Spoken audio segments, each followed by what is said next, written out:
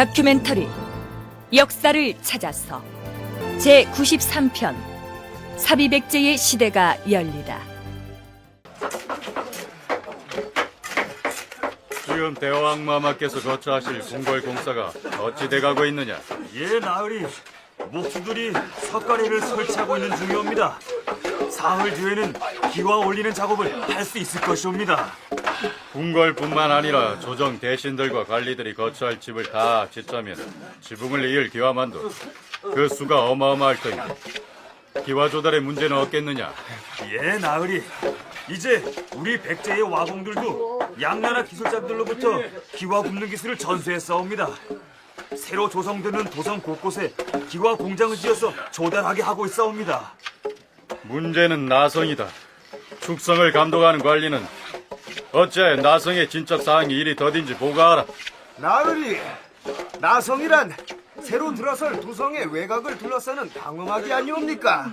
한데 새 도읍지로 결정된 이곳 사비 지역이 산세가 복잡하고 강을 끼고 있는 데다가 무슨 소리를 하고 있는 것이야?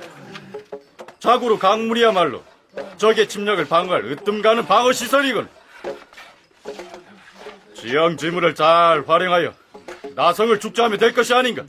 알겠사옵니다, 나으리. 도로공사 책임자는 어찌하여 아직 소식이 없느냐? 새로 내야 할 도로가 워낙 복잡하고 일거리가 많은지라 15살 이상의 장정들을 징발하기 위해서 각 고을 수령들을 만나러 갔사옵니다.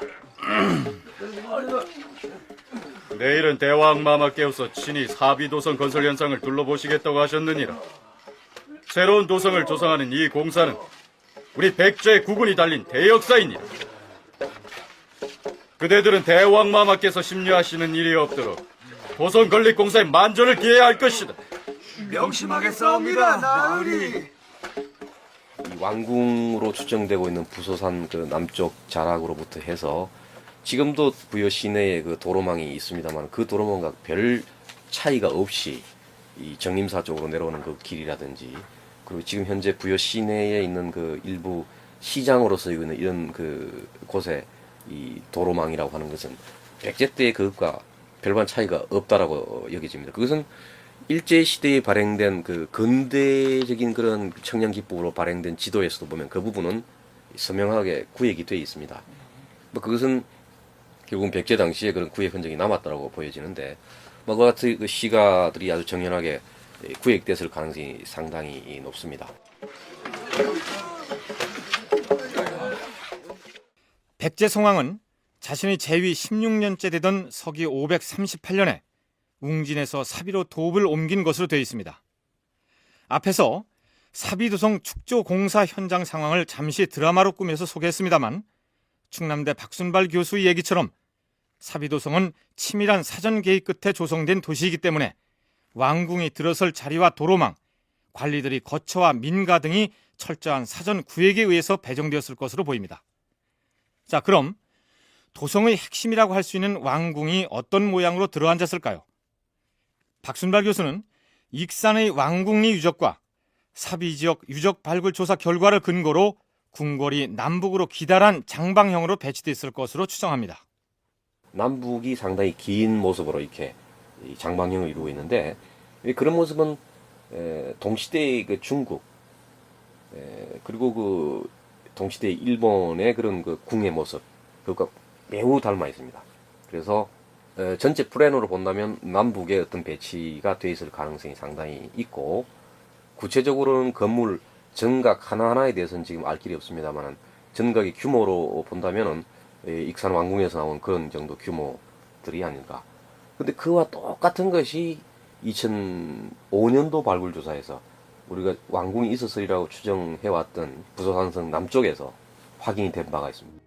자, 그런데 천도라는 것이 새로운 도읍지를 물색해서 궁궐을 짓고 도로를 내고 성을 쌓는 것으로 끝나는 것이 아니죠. 도읍을 새로운 곳으로 옮겨갈 바에는 왕도의 조직과 통치 체계 역시 새로 갖춰야 하지 않겠습니까? 우선 중앙의 통치 조직을 살펴보기로 할까요? 지방에 5방이 있으니 중방은 고사성이고 동방은 득안성, 남방은 구지하성, 서방은 도선성, 북방은 웅진성이다. 오방에는 각기 방명 1인을 두어 달솔로 임명하고 장수 3인을 두었는데 덕솔로 임명하였다. 방에서 거느리는 병사는 1200명 이하 700명 이상이었다. 성 안팎의 주민들 및 나머지 작은 성들은 모두 여기에 예속되었다. 주나라 사서인 주서 백제전의 기록 중에서 백제의 지방 통치 조직에 관한 부분을 소개해드렸는데요. 오방으로 소개되고 있는 지역들을 살펴보면 고사성은 전라북도 고부이고 득안성은 충청남도 은진, 그리고 웅진성은 당연히 지금의 공주인데 나머지 구지하성과 도선성의 위치는 분명치 않습니다. 주서 백제전에는 백제의 도읍은 고마성이다라고 적고 있는데 이 고마성은 큰 성이라는 뜻으로 성왕 때 옮겨간 사비도성을 일컫습니다. 자, 그렇다면 지방 통치 구조는 오방제로 돼 있었는데 중앙의 왕도, 즉 백제의 도읍진 고마성은 어떻게 조직되었을까요? 사비식의 왕도 조직은 오부제로 돼 있었을 것이라는 게 학계의 통설입니다. 충남대 박순발 교수와 가톨릭대 김영심 교수의 얘기를 차례로 들어보시죠. 사비로 천도되면서 그러했는지 이전부터 그러했는지는 알 수 없습니다만 문헌 사료에 남아 있는 걸로 보면 사비 도성 내부는 5개의 부로 편제되어 있다 이렇게 되어 있습니다. 오부 아래는 다시 이제 5개의 항, 골목으로 되어 있다 이렇게 되어 있는데 뭐 그러한 사실들은 구체적으로 어디가 어느 부였는지 혹은 어디가 무슨 항이었는지 이런 것은 확인이 되지 않습니다만 최근 그 목간 자료 이런 걸로 보면 실제로 그런 것이 행해지고 있었을 가능성이 대단히 높습니다. 다만 현재로서 볼 때 그 위치 문제는 연구자들 간에 아직은 추정의 범위에 머물고 있는 것이 상당히 많이 있습니다. 사비 도성을 백제가 이제 5부로 나누고 그 각 부마다 이제 또 5개의 항, 그러니까 전체적으로는 25개의 이제 항으로 조직을 했습니다. 근데 5부 자체를 통솔하는 그 벼슬을 한 사람은 이제 달솔 벼슬을 한 사람이었고요. 그 사람들이 이제 또 군대도 사실은 거느리고 있었죠. 군대도 이제 그 오부의 어떤 직속 군대도 가지고 있어서 그것이 어떤 수도의 방위를 위한 목적도 있었던 것 같고 또 이제 항으로 나눴다는 것은 그 지역에 거주하는 사람들을 일정한 편제 속에서 넣으면서 고구려의 경우 관나분이, 연나분이, 전로분이 하는 이름을 가진 귀족 세력들이 연맹체를 만들어서 국가를 운영했었는데 국내성에서 평양성으로 천도하면서 그 명칭을 동부, 서부, 남부 하는 식의 방위명으로 바꿔서 이른바 해처모여를 해버림으로써 왕권 강화를 꾀했습니다. 마찬가지로 백제의 성왕도 이왕 수도를 옮기는 김에 웅진 시기에 임금을 죽이는 등 그 전행이 심각했던 귀족 세력을 약화시키고 강력한 왕권을 확립해야겠다 이런 생각을 했겠지요. 이제 도읍을 사비로 옮김에 있어서 도성의 체제를 새로이 갖추고자 하니 대소신료들은 명심하여 따르기 바란다. 도성은 5개의 부로 나눌 것이다. 그 이름은 상부, 전부, 중부, 하부, 그리고 후부로 정할 것이다. 각 부를 통솔하는 책임자로 달솔 벼슬 가진 사람을 임명할 것이며 부마다 거느리는 군사는 500명으로 한정한다. 그리고 각 부는 5개의 항을 둘 것인데 여기서 항이란 골목을 뜻하는 글자입니다. 그러니까 지금 조정 관리들이 도읍을 사비로 옮기게 되면 자신이 어느 곳에 거주하게 되는지 알 수가 없어서 무척 궁금해하고 있으니 설명을 해보도록 하라. 예, 대왕마마. 자, 설명을 할 터이니 여기 있는 그림을 보시오. 우선 도성 내 거주지가 조성될 땅을 보다시피 상부, 하부, 전부, 후부, 그리고 한가운데를 중부 이렇게 5수로 나누었소이다. 그러니까 상부를 이끌어갈 상부 달솔은 500명의 군사를 비롯한 아래 사람들을 데리고 이곳에 거주하게 되는데 이 상부가 들어설 땅을 다시 5개의 골목길로 쪼개어서 관등에 따라 그 면적을 다르게 확정을 한 것이요. 이것은 왕명으로 정한 것이니 정해진 구역을 이탈해서 거주하는 것은 용납되지 않을 것이요. 이렇게 된 것입니다. 자, 성왕은 드디어 웅진 시대를 마감하고 지금의 부여, 즉 사비로 도읍을 옮깁니다. 백제의 사비 시대가 막을 올린 것입니다. 그런데 흥미로운 기록이 보입니다.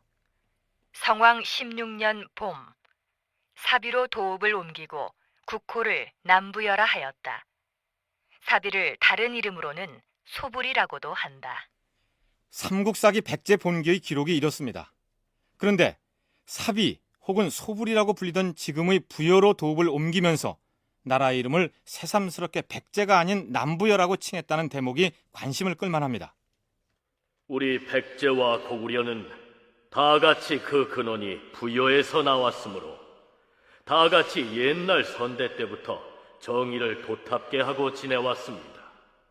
그런데 이제는 서로 원한을 맺고 화가 계속된 지 30여 년이나 되어 재물은 다 없어지고 힘도 소진되어서 이젠 처지가 군박해졌습니다. 백제의 계로왕이 위나라 황제에게 군사적 지원을 요청하는 국서에 등장하는 내용입니다.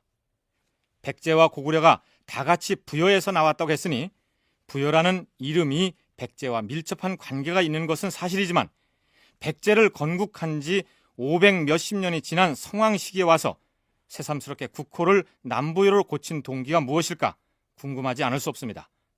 김영심 교수의 얘기는 이렇습니다. 고구려한테 침략을 당해가지고 결국에는 한성이 함락된 이후에 사실은 고구려에 대한 어떤 일종의 적대의식 그것도 없었다고 할 수가 없고요. 근데 이제 그러면서 사실은 문영왕 때 다시 강국이 되었다 해가지고 이제 고구려하고 충돌을 또 하잖아요. 그만큼 일종의 이제 고구려만큼은 이미 우리도 다시 힘을 갖추게 되었다. 그게 되면은 사실은 이제 고구려로부터 갈라져 나왔다기보다는 부여에서 직접 갈라져 나온 것이 고구려하고 이제 대등하게 그렇죠. 본인들도 이제 부여의 어떤 계승의식을 표방을 할 수가 있었던 것이고. 성왕이 국호를 남부여로 고친 배경을 짚어보기 위해서는 백제의 건국 신화를 다시 한번 살펴볼 필요가 있습니다. 백제의 시조는 온조이며 그의 아버지는 추모이다. 혹은 주몽이라고도 한다. 주몽이 북부여로부터 난을 피해 졸본 부여에 이르자 부여왕이 주몽을 보고서 보통 사람이 아님을 알고 둘째 딸을 그에게 시집 보냈다. 얼마 후 부여왕이 세상을 떠나자 주몽이 왕위를 이었다. 그리고 두 아들을 낳으니 마지는 비류라 하고 다음을 온조라 하였다. 그런데 북부에서 낳은 아들 유리가 오자 주몽은 그를 태자로 삼아버립니다. 그러자 비류와 온조는 남쪽으로 내려와서 비류는 미추홀에 그리고 온조는 지금의 서울 지방인 한성에 도읍을 정하고 나라를 세웁니다. 결국 형인 비류가 경쟁에서 밀리게 되고 온조가 명실공히 백제의 시조가 되었다. 이런 내용입니다. 이른바 온조 시조 설화인데 이 설화에 의하면 백제는 고구려에서 갈라져 나온 곁가지에 해당합니다. 그런데 비류를 시조로 보는 설화는 다르지요. 백제는 고구려와 함께 부여에서 나왔으므로 부여를 성으로 삼았다. 시조는 비류왕인데 그의 아버지는 우태로서 북부여 헤브르의 서손이요 그의 어머니는 소선으로서 이렇게 엮어지는 비류 시조 설화가 있는가 하면 동명왕의 후손에 구태가 있었는데 이내와 신의에 독실했다. 처음에 나라를 대방의 옛 땅에 세우고 한나라 요동태수 공손도가 그의 딸을 구태에게 시집 보냈으므로 이렇게 구태를 시조로 하는 구태 시조 설화가 있습니다. 일각에서는 여기 나오는 백제의 시조 구태가 삼국사기에 제8대 임금으로 올라있는 고이왕이라고 주장하기도 합니다. 그런데 백제의 시조로 나와 있는 온조왕은 한성에 도읍을 정하고 나라를 세우자마자 동명왕 사당을 짓고 제사를 지냅니다. 이 사당에 모셔진 동명왕은 부여의 동명왕을 뜻하지만 고구려의 시조인 주몽이 동명성왕이었기 때문에 후세 사람들에게 주몽으로 이해될 수도 있습니다. 그런데 그 이후로 동명사당에 제를 지냈다는 기록이 나오지 않다가 성왕이 사비로 도읍을 옮기고 난 시점에 기록된 주서 백제전에 비로소 이런 내용이 나옵니다. 백제의 왕은 해마다 4번씩 그의 시조인 구태의 사당에 제사를 지낸다. 성왕이 사비로 수도를 옮기면서 온조가 세웠던 동명사당을 없애고 구태를 시조로 받들어 제사를 지냈다는 것은 무엇을 의미할까요? 그런 동명이라는 사실 부연지 고구려인지 그런 시조보다는 그야말로 백제의 건국 시조로서의 어떤 이 구태를 구이라고 해가지고 어떤 사람은 이제 이거를 고이하고 연결시켜서 그야말로 백제라는 나라의 어떤 고대 국가로 출범한 그때를 계기로 삼아서 이 그 구태묘를 이제 내세운 거 아니냐라고도 이야기를 합니다. 그래서 결국에는 이런 것들이 어떤 고구려와의 어떤 대결 의식 또는 고구려하고 이미 대등한 정도의 수준이 되었다는 것을 게로대왕이 적군의 손에 의해 참혹하게 시해당하고 도읍이었던 한성이 함락당하는 아픔을 겪었으나 이제 우리는 여러 차례 고구려와 싸워 물리쳤을 정도로 다시금 강국이 되었느니라. 이제 우리는 이곳 사비로 도읍을 옮겨 사방의 세력을 떨치고 나라의 융성을 구가할 것이다. 지금부터 나라 이름을 남부여라 할 것이며 구태대왕의 사당을 지어 시조에게 정성껏 제사를 지낼 것이니라. 그러니까 성왕이 국호를 남부여로 고친 것이나 구태사당을 지은 건 모두 고구려에 대하여 당당하게 맞서겠다는 결의 차원에서 비롯되었다는 것이 김영심 교수의 분석입니다. 그런데 박순발 교수는 조금 다른 견해를 표명합니다. 구 백제 사람들을 많이 소세해 오지 않습니까? 그리고 그 이제 도성 공역에도 그 여격을 징발을 하고 또 그 이후에 이 신도성을 채울 수 있는 인구들, 그 웅진을 그대로 둔 상태라면 그 인구를 빼올 수가 없습니다. 고대 사회에 있어서 인구라고 하는 것이 갑자기 이 도성을 채울 수 있는 인구 규모라고 하는 것을 그 어디서 이렇게 새롭게 사민을 하지 않으면 안 된다는 것이죠. 이건 뭐 백제뿐만 아니라 그 중국에도 그런 사례가 있고 일본에도 그런 사례가 있습니다. 그래서 이 사민을 한 그 주 구성 주민들의 그 성향이 뭔가를 좀 생각해 보면 그 고구려 치하에 상당히 반세기 이상 노출돼 있던 사람. 도성에는 임금과 관리들만 사는 것이 아니죠. 예수였던 웅진을 그대로 유지한 채로 사비에다 신도시를 조성했기 때문에 그 새로 조성한 도성에서 농사짓고 살 주민들이 필요했겠죠. 그렇다면 사비도성을 채울 주민들은 어디에서 데려왔을까요? 문영왕이나 성왕 때 한성과 한수 이북 지역에서 백제와 고구려가 전쟁을 했다는 기록이 삼국사기에 자주 등장하는데 그 전쟁을 통해서 예전에 백제 백성들이었다가 고구려 지배 영역으로 넘어갔던 주민들을 대거 다시 빼앗아 와서 사비도성에 거주하게 했을 것이다. 박순발 교수의 의견이 이렇습니다.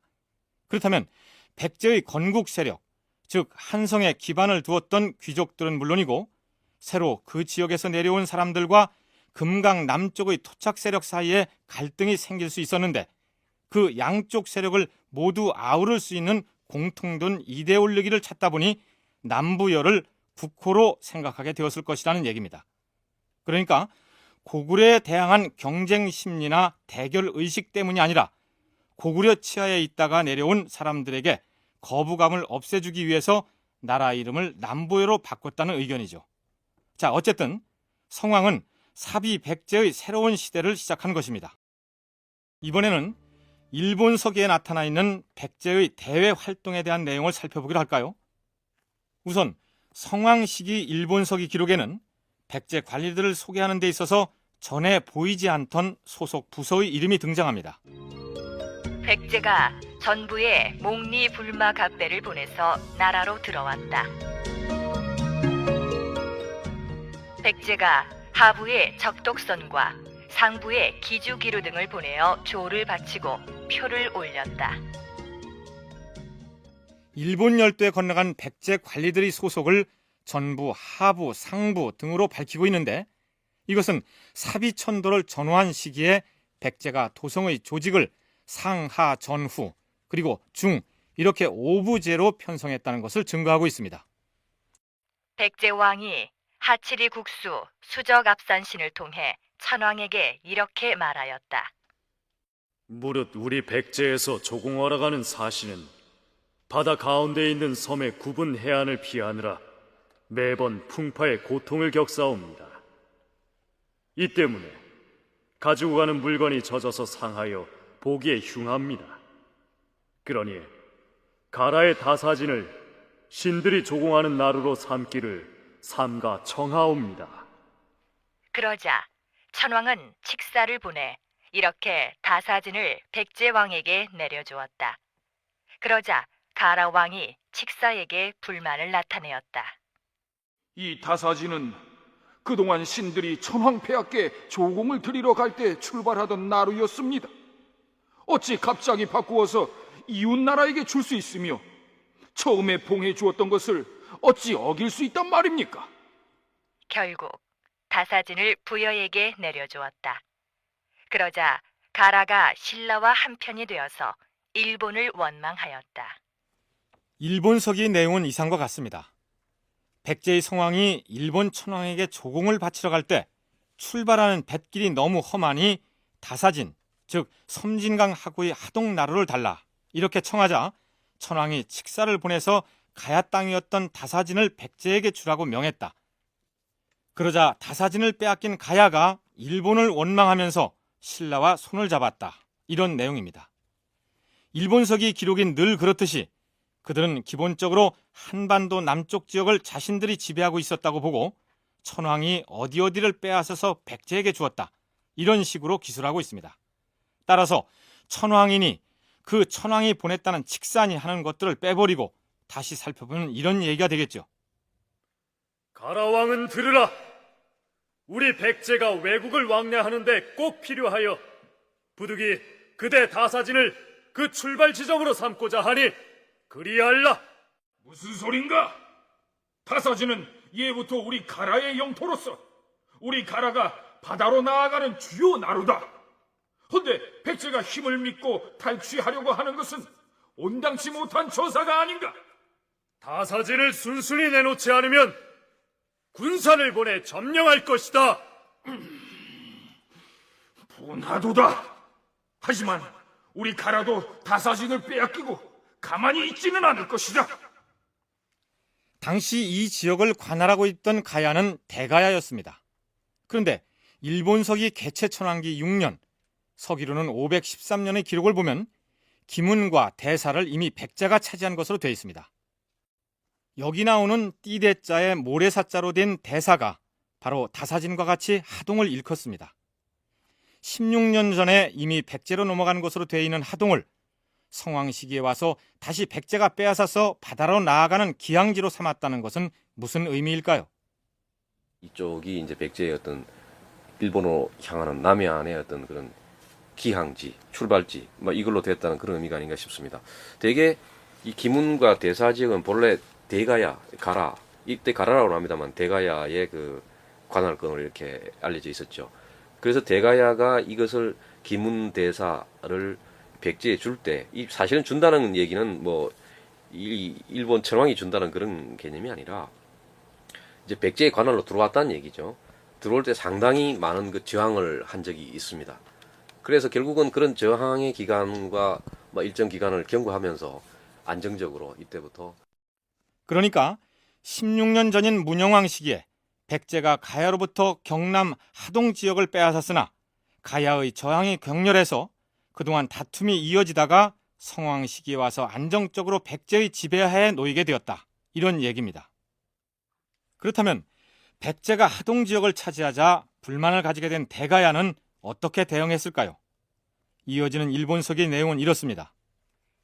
이로 말미암아 가라는 신라와 우호를 맺고 가라 왕이 신라의 왕녀와 혼인하여 드디어 자식을 낳았다.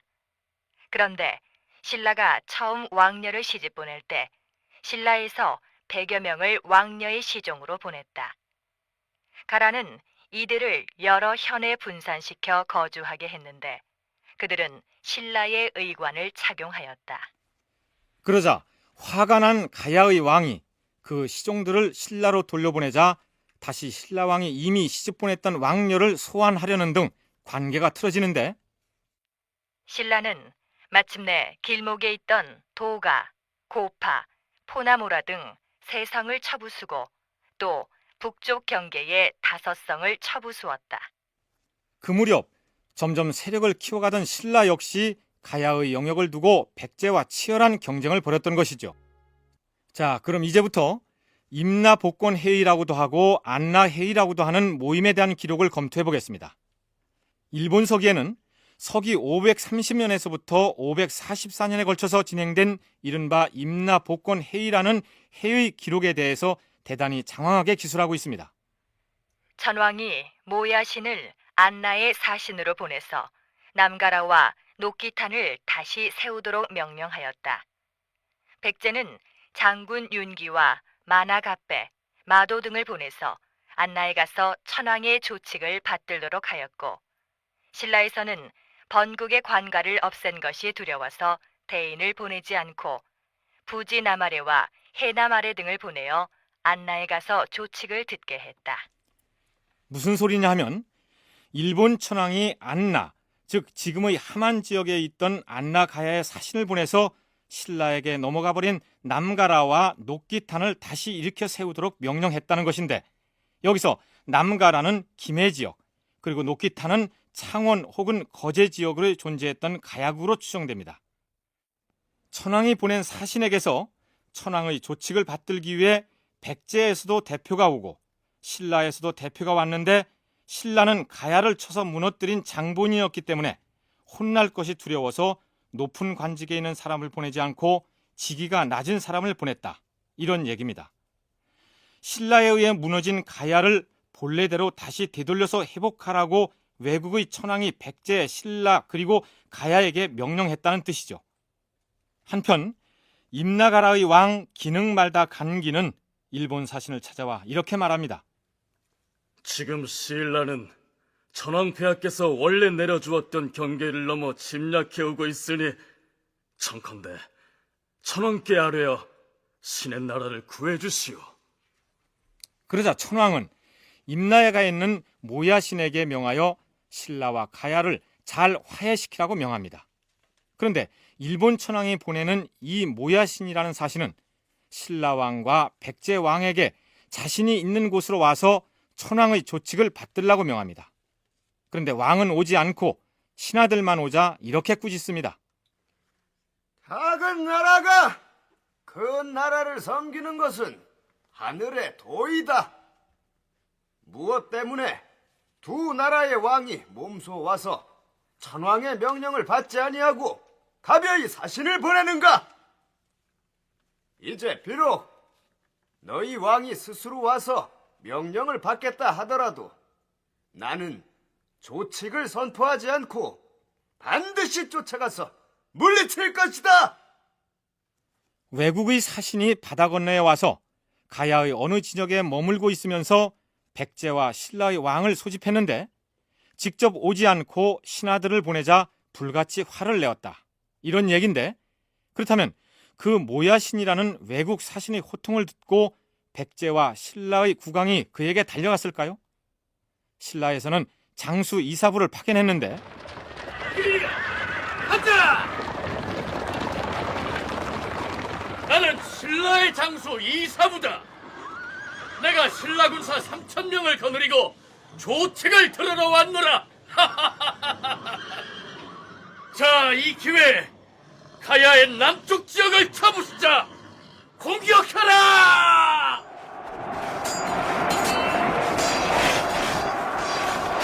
법흥왕이 보낸 이사부는 병력 3,000으로 오히려 가야의 남쪽 지역을 유린해버립니다. 지금까지 기록에서는 외국의 모야신이 안나에 온 이유가 신라에게 권유해서 남가라와 녹기탄을 재건하는 데 있는 것으로 되어 있는데, 남가라와 녹기탄의 재건을 위한 안나회의 주재자가 모야신, 즉 일본 열도의 야마토 정권인 것처럼 되어 있습니다. 그러나 이 역시 일본 서기 편찬자들이 왜곡시킨 기술이고, 신라에게 멸망된 남가라와 녹기탄의 재건에 관심을 가질 만한 나라는 당연히 가야와 백제였습니다.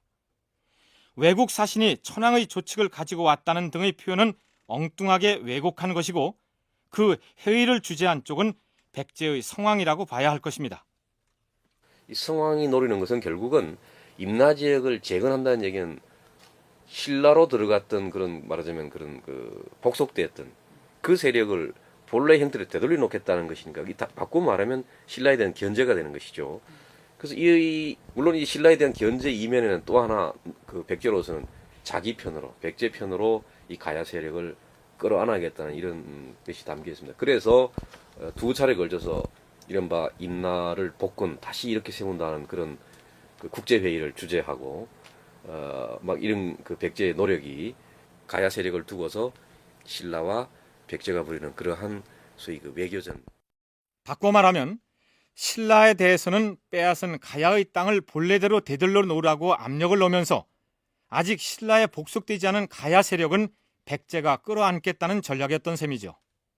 아까 사비를 천도하고 그래서 그런 어떤 가시적인 성과를 내는 데 있어서 이 가야 지역으로 이제 눈을 돌린 것이라고 할 수가 있겠는데, 그래서 이제 적극적으로 군사적인 진출만이 아니라 어떤 지방관적인 성격의 그런 관리까지 두어가면서 이제 철저하게 지배를 하려고 했었는데, 계속 보면은 이 쪽에서 철회해달라 뭐 이런 것들 계속 요구를 하고 그랬던 거죠. 그래서 이제 결국에는 이제 백제 성왕 같은 경우는 이런 것들을 결국에 회의를 소집을 해가지고 이런 것들을 이제 천명을 한 거죠. 한반도에서 일어나는 모든 일에 천황이 영향력을 행사한 것으로 기술하고 있는 일본 서기에서도 서기 541년의 임나 재건 회의는 백제의 성왕이 주재한 것으로 되어 있습니다. 안나의 이탄해, 대불손, 구취유리 등과 가라의 상수위인 고전해, 그리고 졸마의 한기, 산반해의 한기의 아들, 다라의 이타, 그리고 사이기와 자타의 대표 등이 백제로 가서 함께 천황의 조칙을 들었다. 가야 여러 나라의 대표들이 총망라되어서 백제의 도읍 사비에 모여 신라에 의해 멸망된 가야 세력을 어떻게 할 것인지 논의하는 자리입니다. 일본 서기에서는 백제의 성왕이 가야의 지도자들을 불러 모아들였던 이 회의마저도 백제 왕이 가야의 대표들과 함께 천황의 조칙을 함께 들으려고 불러 모았다고 표현하고 있습니다. 이 회의에서 어떤 것들이 논의되었는지 천황 운운하는 말은 어차피 가짜로 꾸며놓은 것이니 빼버리고 살펴보도록 하겠습니다. 우선 여기 보인 가야의 대표들이 어떤 사람들인지 박순발 교수의 설명을 들어보실까요? 주로 보면 거기에 참가하는 세력들이 보면 이제 가야 여러 세력들 중에서 왕급이거나 작은 나라의 경우는 왕급, 그렇지 않은 큰 나라의 경우는 그 무슨 그 왕태자라고 그럴까, 아니면 그 어떤 그 왕보다 아래 귀족 계층들이 이제 참가를 하는데, 구체적으로 그것이 바로 사비에서 열리고 있습니다. 그러니까 신도 사비를 조성해 놓고 백제의 그런 그 말하자면 그 국력을 과시하면서 이 말하자면 백제와 같이 함으로 해서 신라의 그런 그 침략으로부터 벗어날 수 있다. 뭐 이런 그 외교 전략을 펴는 것이죠. 성왕이 가야 여러 나라의 왕이나 왕태자들을 불러서 회의를 주재한 것은 국가 체제도 완비하고 도읍도 사비로 새로 옮겼으니 국력을 과시하자는 의도도 있었을 것입니다. 자, 이제 그 회의 내용을 살펴보기로 할까요? 참고로 여기 나오는 임나라는 말은 가야로 이해하고 들으시면 될 것 같습니다. 지금 어떤 계책으로 임나를 다시 일으켜 세울 수 있겠는지 의견들을 내어보시오. 전에 두세 번 신라와 더불어 의논하였으나 아무런 대답을 듣지 못했사옵니다. 군사를 일으켜 도모하겠다 해도 신라는 아무 대답을 하지 않을 것입니다. 이제 임나를 재건하는 일은 백제국 대왕마마의 뜻에 달려 있사옵니다. 대왕마마의 교지를 받들겠다 하는데 누가 감히 다른 말을 하겠사옵니까? 그러나 임나의 경계는 신라와 접해 있어서 우리가 잘못하다가 예전에 탁순국과 같은 화를 당할까봐 두렵사옵니다. 옛적에 우리 선조 초고왕 귀수왕 시기에 알라, 가라, 탁순의 지도자들이 사신을 보내고 서로 통교하며 친교를 두터이 맺어 자제의 나라로 여기고 더불어 융성하기를 바랐소이다. 헌데 지금 신라에게 속임을 당해서 임나를 한데 사무치게 한 것은 과인의 잘못이요. 이제 임나를 재건하겠다는 우리의 의지를 담아서 신라에 사신을 보냅시다. 만일 신라가 우리의 청을 듣지 않고 임나를 침략해오면 짐이 마땅히 가서 구할 것이니 그대들은 근심할 바가 아니오.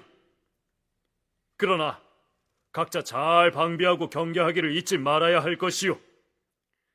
그대들은 탁순 등과 같은 화를 입을까 두렵다 하였으나 신라가 혼자 강하다고 하여 함부로 침략할 수는 없을 것이오. 남가라는 땅이 협소하여 신라군의 불의의 습격에 방비할 수가 없었고, 탁수는 위아래 사람들이 다른 마음을 지녔는데 군주가 혼자 항복하려고 신라와 내통하여 이 때문에 망하게 되었어. 녹기타는 가라와 신라의 경계에 있어서 해마다 공격을 받다 보니 패배한 것이요. 백제 성왕의 발언은 계속 이어지는데 일본서기에서는 그들이 임나에 있었다고 주장하는 일본부와 천황 이야기를 교묘하게 삽입하여 기술해 놓았기 때문에 이만 생략하도록 하겠습니다. 그런데 한 가지 흥미로운 대목이 있습니다. 백제 근초고왕 시기 일을 기록한 일본서기의 내용을 보면 천왕은 목나 근자를 시켜서 정예군을 이끌고 출정하도록 명령하였다. 탁순국에 모여서 신라를 격파하고 비자벌, 남가라, 녹국, 안나, 다라, 탁순, 가라 등 7개국을 평정하였다. 또 군대를 옮겨 서쪽으로 돌아 고해진에 이르러 남쪽의 오랑캐 친미다래를 무찔러 백제에게 주고. 일본서기 신공기 49년의 기록입니다. 여기서 일본서기 편찬자들은 일본 천황이 7개국을 평정하고 또 다른 지역을 빼앗아서 백제에게 주었다고 왜곡했었는데 흠명기 541년에는 백제의 성왕이 가야의 여러 대표들을 모아놓고 옛적에 우리 선조 초고왕과 귀수왕 시기에 알라, 가라, 탁순 등과 처음으로 통교를 했소이다. 따라서 자제의 나라로 여기고 더불어 융성하기를 바랐소이다. 이렇게 얘기하는 것으로 기록하고 있습니다. 그러니까 백제가 안나, 가라, 탁순 등의 7개국을 영향권 아래 두게 했던 주체는 일본 천황이 아니라 근초고왕과 근구수왕이었다는 것을 증거하고 있는 셈이죠. 그러나 신라가 임나 재건에 순순히 찬성할 리 없었고 백제로서는 더 큰 상대인 고구려와 대적하자면 신라와의 공조를 깰 수 없었기 때문에 신라에 의해 멸망된 가야의 재건을 더 강하게 밀어붙일 수 없었던 것입니다. 그러니까 임나 재건 논의는 큰 효과를 거두지 못한 채 흐지부지 돼버렸던 것입니다. 이번에는 같은 일본서기의 내용입니다만 화제를 좀 바꿔보도록 하겠습니다.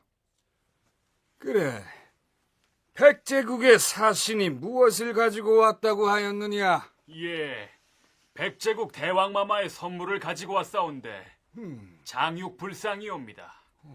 자, 휘장을 벗길 터이니 구경하시지요. 오, 대단하구나. 불상의 키가 참으로 장대하구나.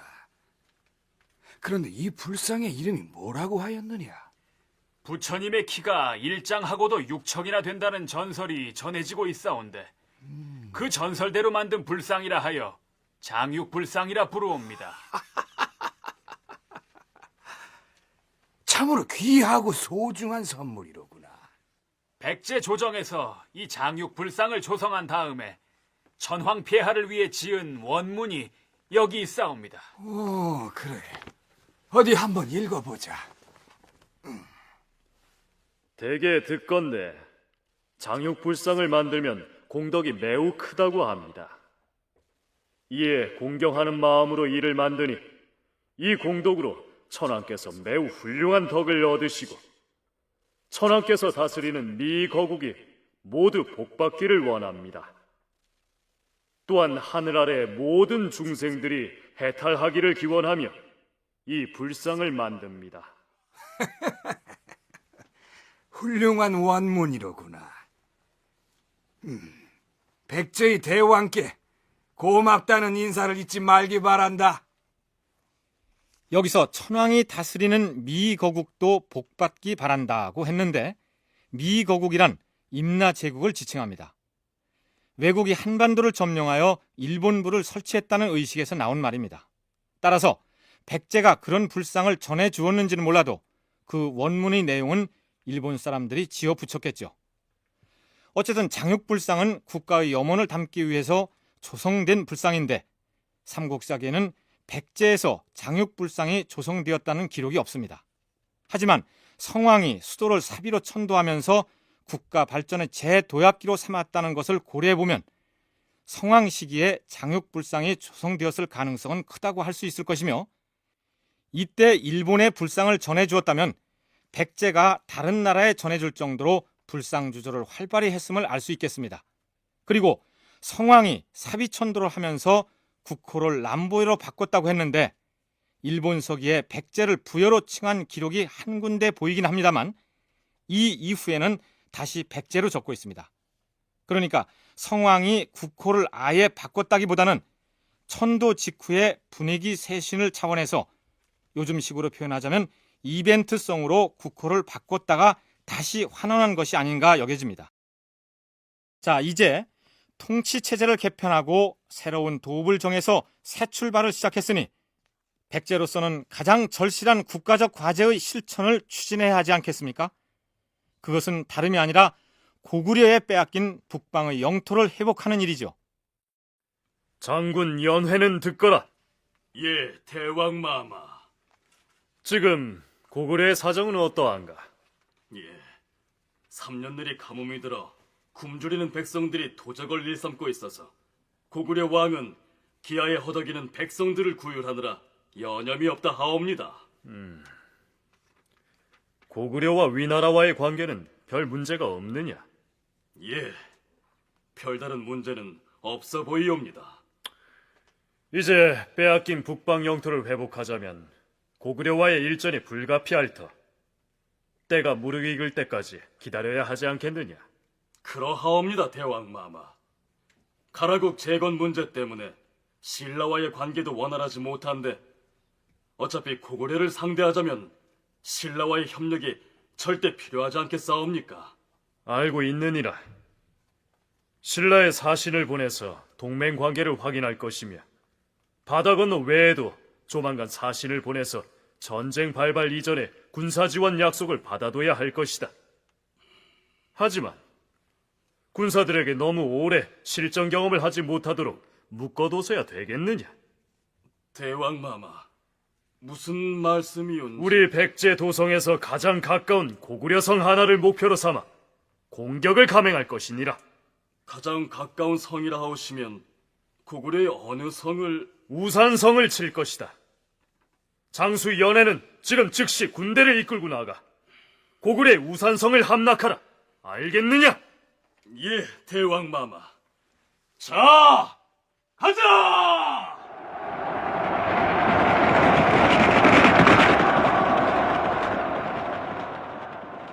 우산성은 지금의 충청도 청양에 있는 성으로 추정되고 있습니다.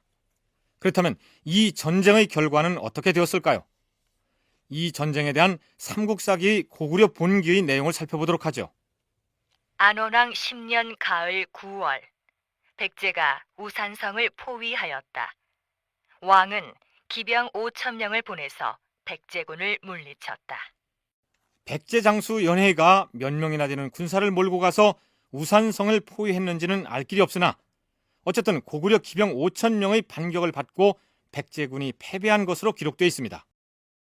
이번에는 좀 색다른 내용에 대한 기록을 구경하기로 할까요? 일본 서기 훈명기 6년의 기록을 보면 이런 내용이 나옵니다. 훈명 천왕 6년 봄 3월, 선신 파제편을 백제의 사신으로 보냈다. 여기서 파제편의 직책을 선신이라고 했는데 반찬 선자의 신하 신자입니다. 다시 말해서 천황의 음식을 관장하는 신하를 일컫습니다.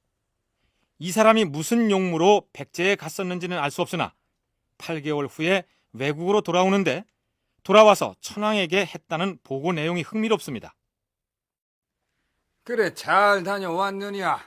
신, 죽을 뻔한 목숨을 겨우 건져 돌아왔사옵니다. 그리고 사랑하는 아이를 잃었사옵니다. 무슨 일이 있었더냐? 백제국의 괴질이라도 창궐 했더란 말이냐? 아니옵니다. 호랑이 때문이옵니다. 호랑이라고 하였느냐? 이런. 어디 자세히 말해보거라.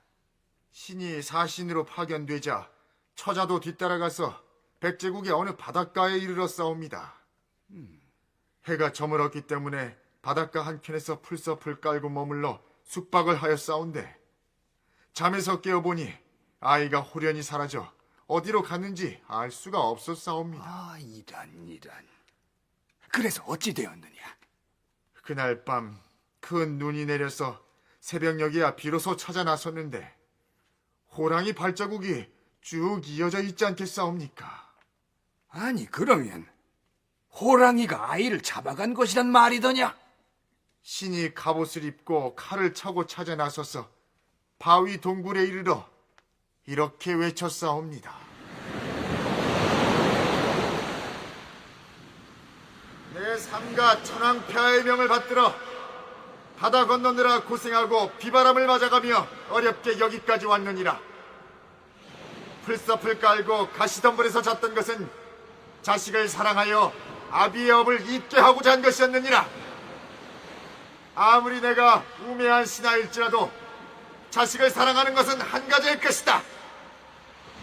어젯밤에 아이가 없어져서 뒤쫓아 나서 이에 이르렀으니 목숨을 잃는 것은 두렵지 아니하므로 원수를 갚고자 왔느니라. 나오너라.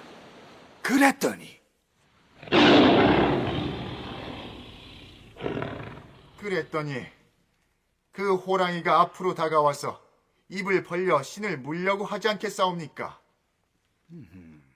그래서 신이 갑자기 왼손을 뻗쳐서 그 호랑이의 혀를 잡고 오른손으로 찔러 죽인 다음에 가죽을 벗겨가지고 돌아왔나이다. 이 설화풍의 기록을 통해서 당시 백제와 외를 오가는 험난한 뱃길을 어느 정도 짐작할 수 있습니다. 백제에서 외로 가다가 강라도라는 섬에 머물러 있는 동안에 문영왕이 태어났다는 기록을 살펴본 바 있습니다만 당시 현해턴을 건너다 악천후를 만나 표류하게 되면 호랑이가 출몰할 정도로 삭막한 무인도에서 밤을 지내기도 했겠죠. 그런데 굶주린 호랑이와 관련된 이 비슷한 설화가 금광명, 최승왕, 경사, 경품이라는 책자에 실려 있는 것으로 보아서 사실이라고 믿기는 어렵습니다. 아마 아이 잡아먹은 호랑이를 용감하게 때려잡았다고 적음으로써 파제편이라는 사람의 용맹성을 강조하기 위해서 그 후손들이 기록해서 전한 것이 아닌가 생각됩니다. 백제는 고구려를 침공해서 빼앗긴 옛 땅을 회복할 기회를 엿보고 있었습니다. 전쟁을 감행하는 것이야말로 내외부의 사정과 여건이 들어맞는 기회를 잘 포착해야 되겠죠. 그런데 삼국사기에는 없고 일본 서기에만 올라있는 내용입니다만 고구려 내부에 심각한 사건이 발생합니다. 고구려가 크게 어지러워 무릇 싸우다 죽은 자가 2천여 명이었다. 백제 본기에 따르면 고구려가 정월에 중부인의 아들을 왕으로 삼았는데 나이가 8살이었다. 고구려 왕에게는 세 부인이 있었는데 정부인은 아들이 없었다. 중부인이 세자를 낳았는데 그의 외할아버지가 추군이었다. 소부인도 세자를 낳았는데 그의 외할아버지는 세군이었다. 고구려 왕이 질병이 심해지자 추군과 세군이 각각 중부인과 소부인의 아들을 즉위시키고자 하였다. 그러므로 죽은 자가 2천여 명이었다. 고구려 제23대 안원왕이 죽고 양원왕이 즉위하는 과정에서 이와 같은 피바람이 있는 사건이 있었다면 고구려로서는 분명 비극이지만 고구려와 한바탕 전쟁을 벼르고 있던 백제의 성왕에게는 기회일 수가 있었겠죠. 전부 소속의 덕솔 진모 선문과 나솔 기만은 들으라. 예, 대왕마마. 너희들은 이 길로 배를 타고 외국으로 건너가도록 하라. 대왕마마, 무슨 용무이옵니까? 전쟁이 임박했느니라. 지임이 국서를 써줄 터이니 외국의 왕에게 가져가서 지원군을 요청하도록 하라. 우리 백제군을 도와 고구려 정벌을 함께할 지원군 말씀이옵니까? 그렇다. 외왕으로부터 기필코 지원군을 보내겠다는 약조를 받아와야 할 것이니라. 알겠느냐? 예, 대왕마마. 과연 성왕의 지시를 받고 외국에 건너간 그 사신들은 군사 지원의 약속을 받는 데 성공할까요? 곧 이제 553년경 이제 한성을 수복하기 위한 그러한 구체적인 어떤 그 계획이 막 진행되고 있을 때이니까 요청을 그 이전에 그런 관례에 비춰서 구원병을 요청했을 가능성이 충분히 있고 실제로 구원병이 이때 왔는지 안 왔는지는 잘 알 수가 없습니다만은 백제로서는 이 구원병이 오면은 그 군수 물자라든지 이런 것은 전부 백제가 다 부담하겠다라고 이제 얘기를 하죠. 그래서 말하자면 병력만을 보내주면은 그 병력을 무장시켜서 활용하겠다 이제 이런 정도까지 얘기하고 있는데 실제였을 가능성이 있다고 봅니다.